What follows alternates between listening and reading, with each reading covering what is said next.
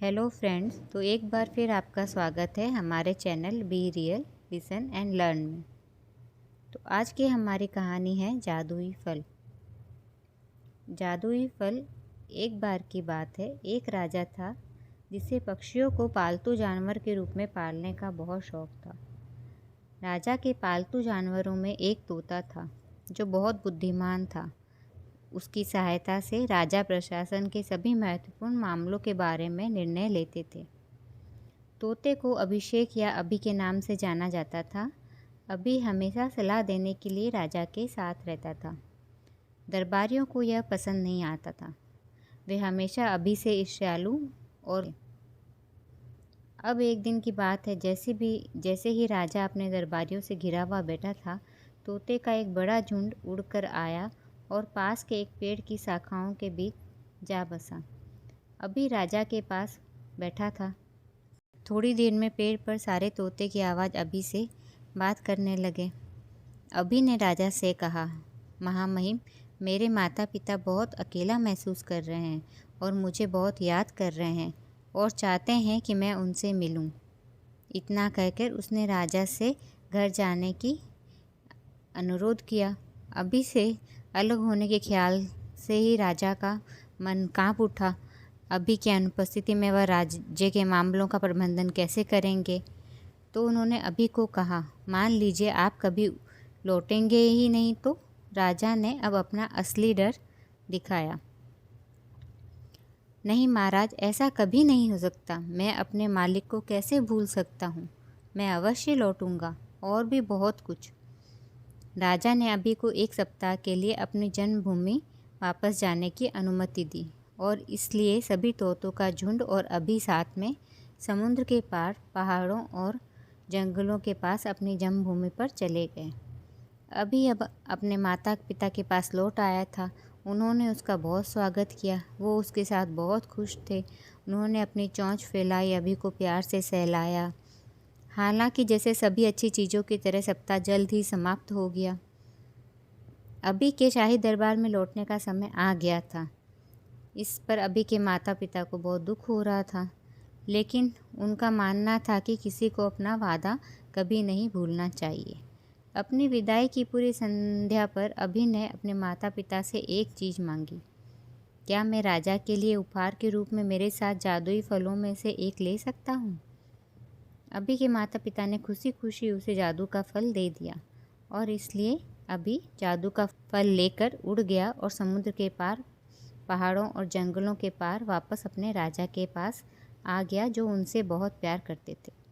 तोते को देखकर राजा बहुत प्रसन्न हुए और वे बहुत कुछ जो उनके पास से लेकर आया था, जादुई फल को देखकर भी राजा बड़े प्रसन्न हुए। महाराज, शाही बगीचों में फल क्यों नहीं लगाते हैं, ऐसा दरबारियों ने महाराज को बोला। राजा को यह विचार अच्छा लगा, इसलिए वह बीज बोया गया। पेड़ शाही बगीचे में उग गया। जल्द ही छोटे छोटे फल लटक गए, हरे और कच्चे कच्चे फल। एक दिन एक बड़ा पका हुआ फल जमीन पर गिरा और उसी क्षण पास में गुजर रहे एक बड़े विषधर नाग से जा टकराया। गुस्से में कोबरा ने उसे काट लिया। विष का फल में प्रवेश हुआ। अगली सुबह शाही माली ने जल्द ही महल में गया और फल को उठाकर राजा के चरणों में रखा। राजा उसे देखकर बड़े प्रसन्न हुए। उन्होंने सभी दरबारियों को खुशखबरी दी। आइए, हम दरबारियों ने कहा कि ये हम फल पहले मूर्ति को चढ़ाएं। जो कोबरा के जहर के साथ जादुई फल भगवान को प्रसाद के रूप में मंदिर में चढ़ गया। पुजारी इसे पाकर बहुत खुश हुए। छोटे छोटे टुकड़ों में बांटकर उसने पूरे परिवार को यह प्रसाद बांट दिया। उन सभी ने फल खाया। जल्द ही जहर फैल गया और पूरे पुजारी के परिवार का खात्मा हो गया।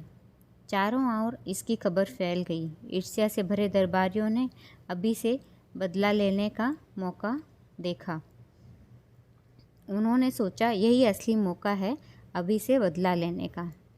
उन्होंने कहा, महाराज, यह दुष्ट अभी है ही ऐसा। यह आपको मारने और हम सभी को मारने की साजिश रच रहा था, तभी तो ये जादुई फल लाया। यह जादुई नहीं, विषैला फल है। दरबारियों की बात पर राजा को सहज विश्वास हो गया। गुस्से से उसने अपनी तलवार निकाली और अभी को मार दिया। पेड़ को अब जहरीले पेड़ के रूप में जाना जाने लग गया। लोग इसे देखने से भी डरते थे। इसके चारों ओर एक बाड़ लगा दी गई। किसी ने इसे कभी छूने के बारे में नहीं सोचा। एक दिन एक धोबी और उसकी पत्नी उस पेड़ के पास से गुजर रहे थे। वे एक पुराने जोड़े थे। वे लगातार आपस में झगड़ते रहते थे, एक दूसरे को इस कदर नफरत से देखते कि वे अपनी एक ज़िंदगी ख़त्म करना चाहते हों।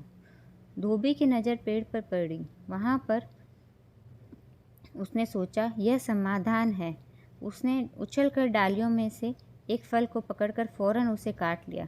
देखो, मैं इसी क्षण मरने जा रहा हूँ, उसने झुंझलाहट और गुस्से से अपनी पत्नी को कहा। जो कोई भी फल खाता है वह तुरंत मर जाता है। लेकिन उसकी पत्नी भी कम न थी। उसने भी तुरंत फल हाथ से लिया और उसी क्षण वह भी अपने पति द्वारा खाए गए फल को खा लिया। दोनों को अब निश्चिंत हो गए थे कि यह फल तो अब हमने खा लिया है, अब हमें मरना ही है। दोनों ने अपनी आंखें बंद कर ली और उसी पेड़ के नीचे लेट गए। अगली सुबह जब वे उठे तो उन्होंने एक दूसरे को विस्मय से देखा। वे बुजुर्ग दंपति नहीं थे, अब वे एक युवक और युवती की जोड़ी में बदल गए थे। दोनों को अपनी आंखों पर विश्वास ही नहीं हुआ कि यह कैसा चमत्कार है। धोबी की कहानी पूरे गांव में दूर दूर तक फैल गई। जब राजा ने यह सुना तो इसका रहस्य भाप लिया। उसने माली को बुलाकर पूछा, क्या तुमने पेड़ की शाखाओं में से एक जादू का फल उठाया था या तुमने ज़मीन पर इसे पड़ा पाया था? माली ने सच में कहा कि उसे पेड़ के पास ज़मीन के पर पड़ा हुआ वह फल मिला था। एक झटके में राजा को अपनी गलती का एहसास हो गया। फल को किसी जहरीले जीव ने काटा होगा। राजा को अपनी गलती का बहुत पछतावा हुआ। वह ज़ोर से रोए, मेरा अभी, मेरा अभी। उसने कभी किसी को मारने की साजिश नहीं की थी, उसने कोई योजना नहीं बनाई थी। पर दोस्तों कहते हैं ना कि अब पछताए होत क्या जब चिड़िया चुग गई खेत। कोई भी निर्णय हमें जल्दबाजी में नहीं लेने चाहिए। निष्कर्ष में पहुंचने से पहले शांति से सोचें और धैर्य रखें। तो ये हमारी आज की कहानी थी और इससे हमें यही शिक्षा मिलती है कि हमें